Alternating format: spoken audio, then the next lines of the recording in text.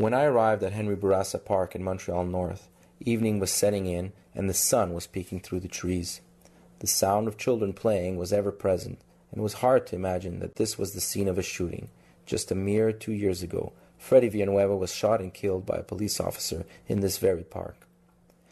Myself and 3 reporters were assigned to profile this neighborhood, to see what a regular Saturday evening was like at the park and in the neighboring streets, though it was hard to keep that incident out of my mind.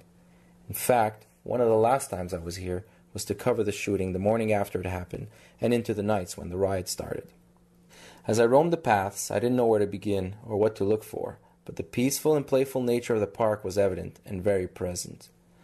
I approached some kids who were playing basketball, and before I could say a word, they were hollering at me to take their photo, and were more excited to learn that I was working for a newspaper.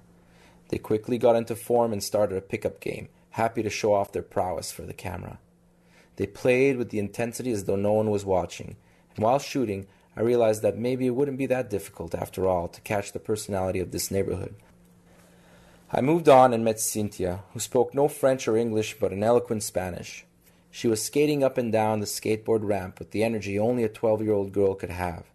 Cynthia was, for me at least, representative of the diversity of this community, and how it is a place where recent arrivals settle down and lay roots in the city. I learned that the dark-skinned and fair-eyed girl had been here for just 8 months, a Hungarian gypsy who had spent most of her young life in Spain. It was at this point I met up with a colleague, and we decided to walk the perimeter of the park. We came across this court and its adjacent parking lot, strewn with trash, broken glass, and empty cigarette packs. It had an air of abandonment, perhaps not unlike the residents of this community may sometimes feel. Shortly after, I was again reminded of the killing that had happened here as I came across a memorial for the young Freddy Villanueva. The memorial was well kept, and the flowers were fresh. Hard to imagine, with the clamor of children playing soccer nearby, that this was the site of something tragic.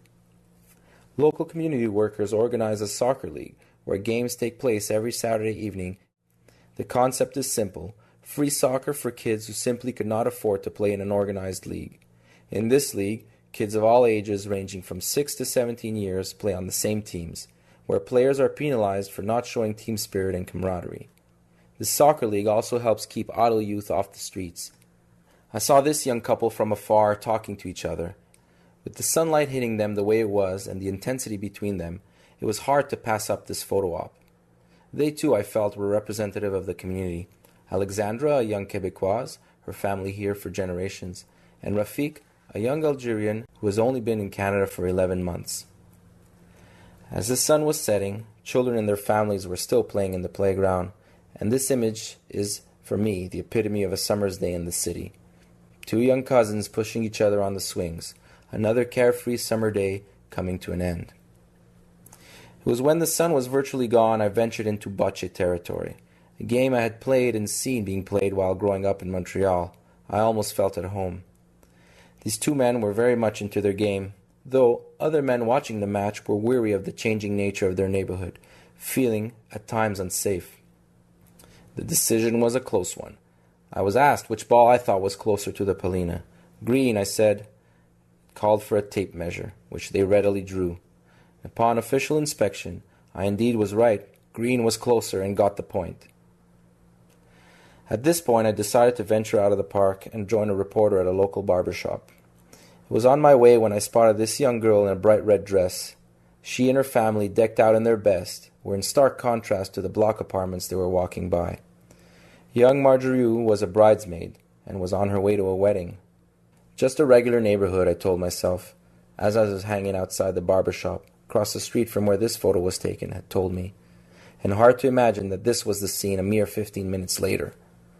Just as a reporter and I stepped out of a dépanneur, after futile attempts to interview and photograph people, we heard the rapid succession of gunfire. As the group of people hanging outside the shops on this strip mall ran and ducked for cover, so did we. Yep, we were witness to and almost victims of a drive-by shooting. 8 or 9 shots were fired only meters from where we were standing. I regained composure, and within a minute, police cruisers were all over the place, looking for clues, marking where caps had landed, and asking witnesses what they saw.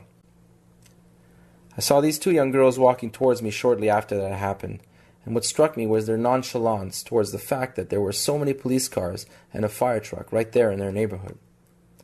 As police scoured the area and it got very late, I decided to call it a day, and I thought back to a photo I had taken earlier. Young Taisha was sitting in the sand, looking in the distance, almost hypnotized. At that moment, I couldn't quite grasp the poignancy in her eyes. But looking back, maybe she too was weary of her neighborhood and aware of the fact that behind the playful and peaceful nature of the community also lies something darker and slightly less innocent.